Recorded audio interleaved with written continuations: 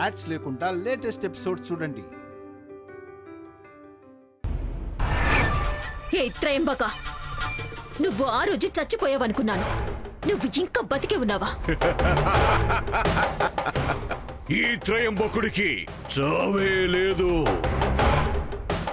నన్ను చంపడం అనేది ఎవరికీ సాధ్యం కాదు. మళ్ళీ ఎందుకొచ్చావు నువ్వు? నా శత్రువుని వేటాడడానికి. ఎవరు? ఇంకెవరు, నువ్వే. నాగలోకం నుండి మారు రూపంలో వచ్చిన ఇచ్చాదారి నాగిని. నన్ను ఎందుకు ఇంతగా ఇబ్బంది పెడుతున్నావు? నా జీవితంలోని 14 సంవత్సరాలను దిగ్బంధనంలో ఉంచి నాశనం చేసేశావు. నీ గురి, నా ఉద్దేశాన్ని దిక్కు లేకుండా చేశావు. అది సరిపోదా నీకు? ఏ దిగ్బంధనం? నువ్వు దాని నుండి తప్పించుకున్నావుగా. కానీ అన్ని సంవత్సరాలు నన్ను పరితపించేలా చేశావు నువ్వు. ఇంకా నీకు సమాధానం లేదు.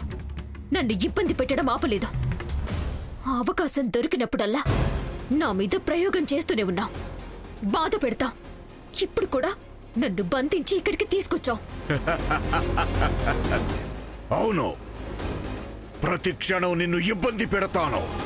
అదే సమయంలో నువ్వు తప్పించుకోవడానికి ప్రయత్నిస్తే నేను నిన్ను వదలను. నువ్వు నా పిడికిలిలో బందీగానే ఉండాలి. చాలు, ఆపు నీ రాక్షసత్వాన్ని. ఎందుకు ఎందుకు నీకు నా మీద అంత ద్వేషం? నేనేం చేశాను నీకు?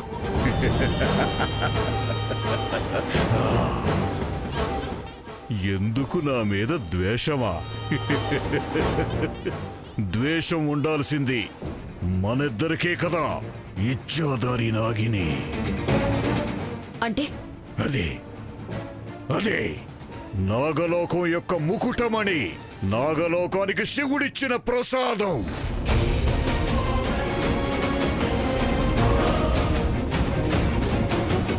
నీకెలా తెలుసు? నీకు ఎలా తెలుసు దాని గురించి? ఏ త్రయంబక, మాట్లాడు. నాగమణికి నీకు ఏంటి సంబంధం? సంబంధమా? సంబంధం ఉండాల్సిందే నాకు శివాని. ఏంటది? ఏం తెలుసు నీకు? నాగమణి గురించి ఏం తెలుసు? ఎవరు చెప్పారు? ఎవరు చెప్పారా? నాగమణిని అపహరించిన వారిలో నేను ఒకణ్ణి.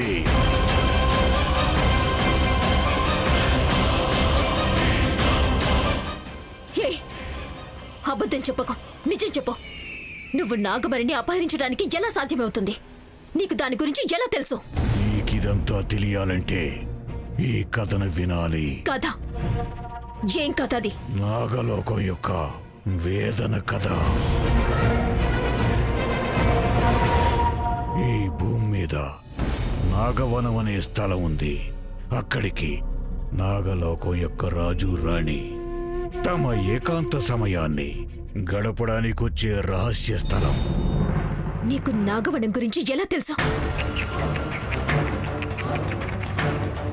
కథ ప్రారంభంలోనే అంతం గురించి అడగడం ధర్మం కాదు శివాని. ఓపిక పట్టు. 23 సంవత్సరాలకు ముందు ఆకాశంలో చంద్రుడు కనిపిస్తున్న శుద్ధ పున్నమి నాడు నాగలోకం యువరాజు, యువరాణి సరస సమయాన్ని గడపడానికి నాగవనానికొస్తారు. నాగలోకం యొక్క ముకుటమణి, నాగమణిని కాపాడాల్సిన బాధ్యత పొందిన యువరాజు నాగమణిని తనతో తీసుకొస్తాడు. నాగమణిని శివలింగం మీద పెట్టి శివలింగం ముందు తన మాటనిచ్చి యువరాజు, యువరాణికి సమయం నిర్ధారణ అవుతుంది. పరమేశ్వర, నాగలోకంలో వెలుగుతున్న ఈ పౌర్ణమి సాక్షిగా నీ సన్నిధానంలోనే భార్యాభర్తలమవుతున్నాం. ఇద్దరు గాంధర్వ వివాహం చేసుకుంటారు. అప్పుడు వాళ్ళు మారు రూపం పొంది నాగవనం యొక్క సుందర స్థలం వైపుకొస్తారు. తమ వికాసవంతమైన సమయాన్ని ఆనందంగా గడపడానికి యువరాణి వస్త్రాన్ని ధరించి యువరాజు కళ్ళను మైమరిపిస్తుంది. అక్కడ యువరాజు, యువరాణి ప్రపంచంలో అన్నిటినీ మర్చిపోయి కళ్లకు గంతలు కట్టుకుని ఆడతారు. ఒక్క క్షణంలో యువరాజు కనిపించకుండా పోతాడు. ఎంత వెతికినా తను కనిపించనే లేదు. చివరికి వెళ్లి చూస్తే ఎవరో దుష్టులు తనని చంపేసుంటారు. అయినా అతను మరణించుడు. చివరి శ్వాసతో పోరాడుతూ ఉంటాడు. యువరాణి వెళ్లి చూస్తుంది. నిస్సహాయురాలిగా దిగ్భ్రాంతి చెందుతుంది. అతను బ్రతకడు, మరణిస్తాడు. ఇది నా కథ, నా ఆదిశేష కథ. నా ఆదిశేష మరణించినట్టు నీకెలా తెలుసు? సమాధానం సమాధానం. నీకు తెలిసిన కథ వినే ఇంత కోపం తెచ్చుకుంటే ఎలా? కొంచెం ఓపిక పట్టు. నీకు తెలియని కథ ఇంకా ఉంది. ఇంకేముంది? ఇంకేముంది? అంతా చెప్పావు కదా. అందుకే ఓపిక పట్టమని చెప్పింది. ఆదిశేష కనిపించనిది నీకు తెలుసు, అతను మరణించినది నీకు తెలుసు. దాని మధ్యలో జరిగిన కథ నీకు తెలియదు కదా శివాని? అవును, అదంతా నీకు తెలుసు అంటే ఆ 6 మంది దుష్టులలో నువ్వు ఒకడివా? నా ఆదిశేషాన్ని చంపిన వాళ్ళలో నువ్వు కూడా చేరావా? చెప్పు త్రయంబక, మాట్లాడు. నాగమణిని అపహరించిన 6గురిలో నువ్వు కూడా ఒక్కడివా? చెప్పు. కాదు, నేను 7వ వాడిని. 6గురి గుంపు, ఆ గుంపును కట్టిన నాయకుణ్ణి. అంటే వాళ్ళందరికీ గురువుని.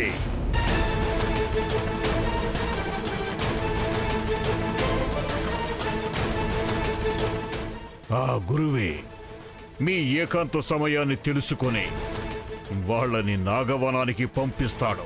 అక్కడ ఆ 6గురు నాగమణిని దక్కించుకునే ప్రయత్నంలో ఉన్నప్పుడు నీ నుండి తప్పించుకున్న ఆదిశేష అక్కడికి వస్తాడు.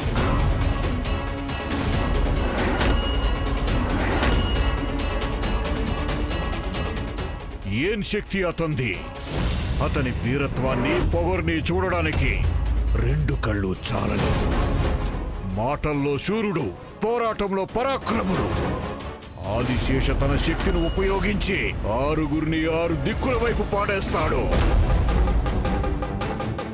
ఆదిశేష వీరత్వం ముందు ఆ 6గురు అసమర్థులయ్యారు. ఆదిశేష నిజంగా మంచి యుద్ధం చేశాడు. నాగలోకాన్ని ముందుకు నడపడానికి తనొక సమర్థ నాయకుడు. అతనిని ఎదిరించడం అనేది ఎవ్వరికీ సాధ్యం కాలేదు. అతనొక పరమ వీరుడు. అలాంటి నా ఆదిశేష ఎలా మరణించాడు? అది ఎలా సాధ్యం? అదే ఈ కథ యొక్క కీలకమైన ఘట్టం. నాగమణిని రక్షించడానికి ఆదిశేష పోరాటాన్ని ముందుకు సాగిస్తాడు. అదే సమయంలో ఒకడు క్షమించమని నాటకమాడి అతన్ని మోసంతో నేల మీద పడేస్తాడు. నేల మీద పడేసిన ఆదిశేషని హింసించి జలపాతంలో పడేస్తాడు.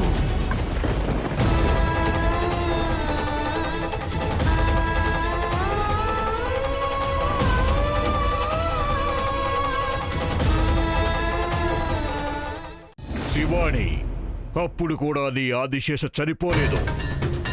నాగరూపం ధరించి మళ్లీ మీదకొచ్చాడు. 6గురి మీద దాడి చేశాడు. వాళ్ళు తనకి మత్తు మందిచ్చారు.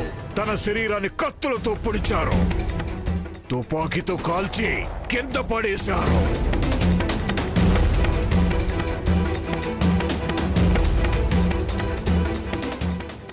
ఆదిశేష, నిన్ను అంతగా హింసించారా? నేనక్కడే ఉన్నా, నాకు ఏమీ అర్థం కాలేదు. నేను నిన్ను అక్కడే ఉండి కాపాడుకోలేకపోయాను ఆదిశేష. శివాని, అప్పుడు కూడా నీ ఆదిశేష చనిపోలేదు. అతను అంతటి పరాక్రమవంతుడు, విజయుడు. తను నాగలోకానికి యువరాజు. కేవలం మత్తు మందుకి, కత్తికి చస్తాడా? సాధ్యమే కాలేదు. అంటే మరి ఎలా చనిపోయాడు నా ఆదిశేష? అతను మరణించింది వాళ్ళందరూ ఇచ్చిన చూర్ణం వల్ల. ఆ చూర్ణాన్ని అతని మీద ప్రయోగించినప్పుడు అతను ఏమీ చెయ్యలేకపోయాడు. గిలగిలా కొట్టుకుని ప్రాణాలు వదిలాడు.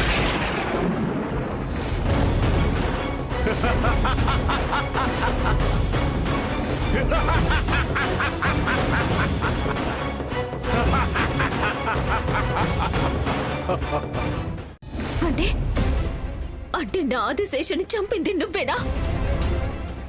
నువ్విచ్చిన ఆ చూరం వల్ల నా ఆదిశేష ఊపిరి ఆగిపోయిందా? నాగలోకం వారి ద్వేషం 100 ఏళ్ళు అని అంటారు. అందులోనూ ఇద్దరి ప్రేమికులని దూరం చేసిన శాపం నీ మీదుంది. ఈ శాపం నుండి తప్పించుకోవటానికి సాధ్యం కాదు. అది కూడా నాకు తెలుసు. అందుకే నిన్ను భూలోకానికి రప్పించింది. నాగవనంలో 2 పాముల్లో ఒక పాము బతికుందని తెలిసినప్పుడే నిన్ను చంపాలని నిర్ణయించుకున్నాను. నువ్వు ఆ దుష్టుల్ని వెతుక్కుంటూ భూలోకానికి వస్తావని నాకు అప్పుడే తెలుసు. అందుకే నిన్ను హింసించి 14 సంవత్సరాలు దిగ్బంధనంలో ఉంచాను.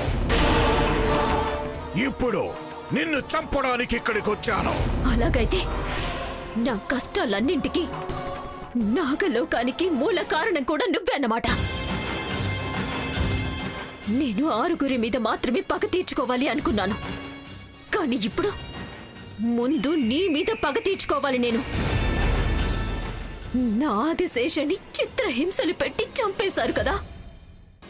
మీ నాశనం ఖాయం.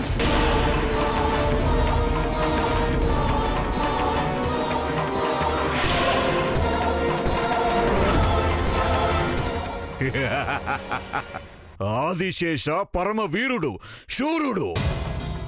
అతనే నాతో గెలవలేకపోయాడు. ఇక నువ్వు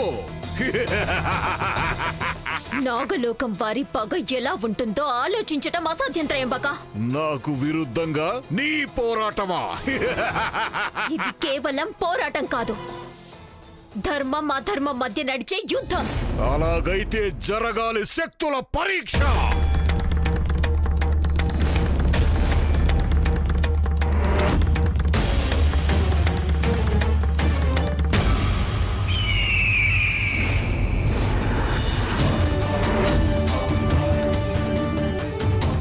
ఇప్పుడు నీకు నా రాక్షస శక్తి ఏంటో చూపిస్తాను. సిద్ధంగా ఉండు.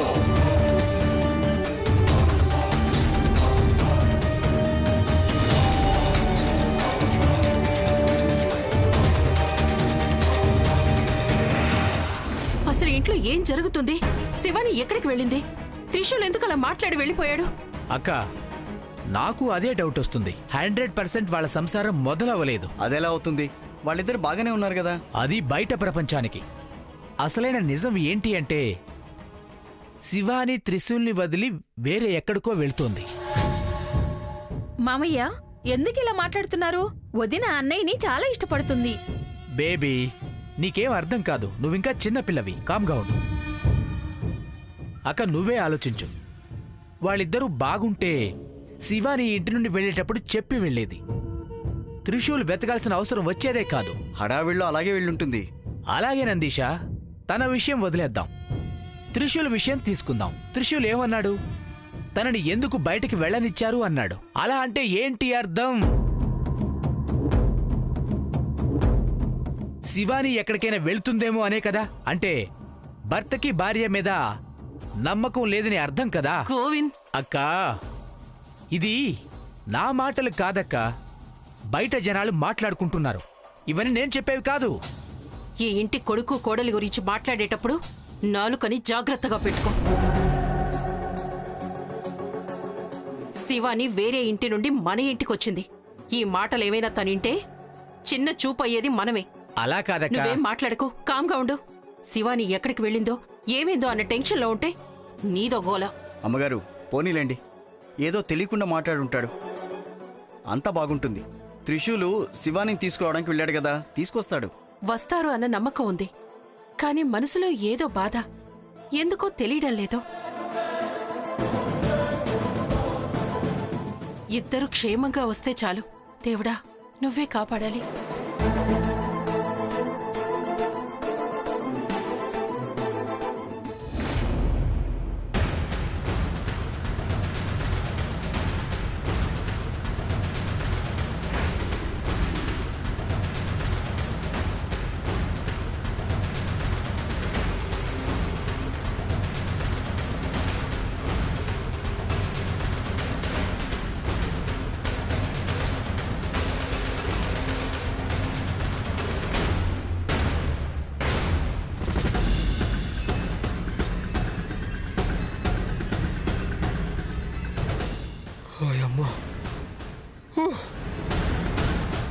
అమృత ఈ దారి కష్టంగా ఉంటుందని చెప్పింది, కానీ ఇంత కష్టంగా ఉంటుందని మాత్రం నేను అనుకోలేదు.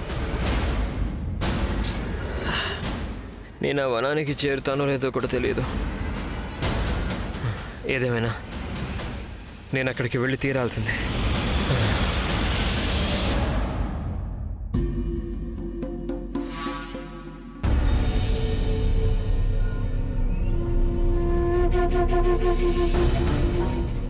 ఇదేంటయ్యా ఇది? అమృత పంపిన శక్తి మాయమైపోయింది. ఓ, అయితే ఇదే ఆ మృత్యు పర్వత స్టార్టింగ్ పాయింట్ అన్నమాట. ఇక్కడ నుంచి నేనే వెళ్ళాలి. కానీ ఎలా వెళ్ళాలి? దారేం కనిపించట్లేదే. ఎలా వెళ్ళాలబ్బా?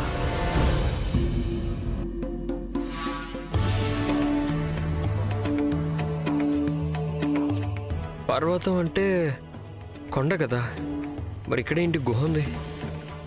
ఛా, ఎవరినైనా అడుగుదామంటే కూడా ఇక్కడ ఎవరూ లేరు.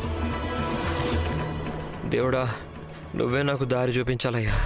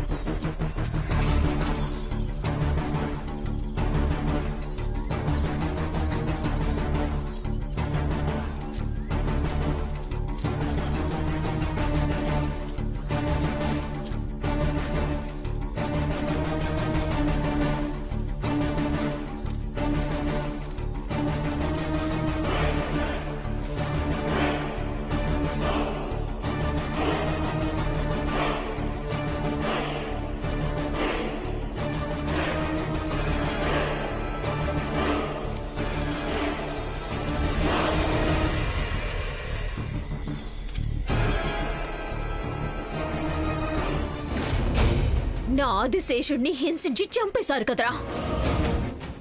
అతను ఏం అన్యాయం చేశాడు మీకు? ఏం అన్యాయం చేశాడు? తను కేవలం నాగలోకాన్ని రక్షిస్తూ ఉన్నాడు. అలాంటి నా ప్రియమైన ఆదిశేషని బాధ పెట్టి చంపేశారు కదరా. మీరు పెట్టిన హింసకి అతను ఎంత బాధపడ్డాడో ఏమో. పాపం, నా కళ్ళకి తప్పించి నా వాడి ప్రాణాల్ని తీసుకున్నారు కదా. ఏ త్రయంబక, నాగలోకం వారి పగకి ఎదురైతే చావుని ఆహ్వానించినట్టే. ఈ రోజు నీ చావు ఖాయం. చూడు, నన్నేమి చేయకు, వదిలే. ఆదిశేషని చంపేసిన వాళ్ళకి క్షమాపణ అడిగే అర్హతే లేదు. వద్దు, తప్పు చేస్తున్నావు. నన్ను చంపడం ఎవరి వల్ల కాదు. నన్ను వదిలే. విషసర్పం ముందు మాట్లాడే మాటలా ఇవి? హే త్రయంబక, ఏమన్నావు నువ్వు? రాక్షసులని సృష్టించే శక్తి ఉన్న గురువా నువ్వు?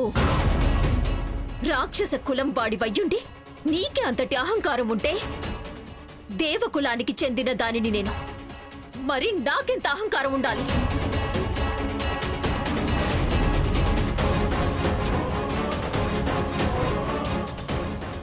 నన్నేమి చేయకు. ఎందుకు? భయం వేస్తుందా? చావు కళ్ళ ముందు కనిపిస్తుందా? కనిపిస్తుందా? నా ఆదిశేషని కూడా ఇలాగే చేస్తుంటారు కదా. పాపం, అతను ఎంత బాధ అనుభవించి ఉంటాడో.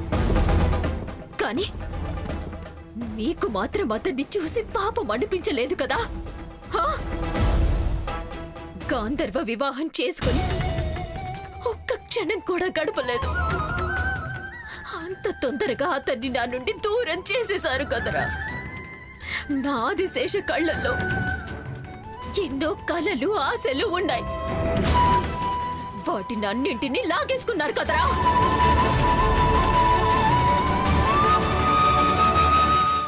ఎలాంటి దుష్టులరా మీరు? నా ఆదిశేషాన్ని చంపారని గౌరవంగా చెప్పుకుంటున్నారు కదా. అది నీకు గర్వమా?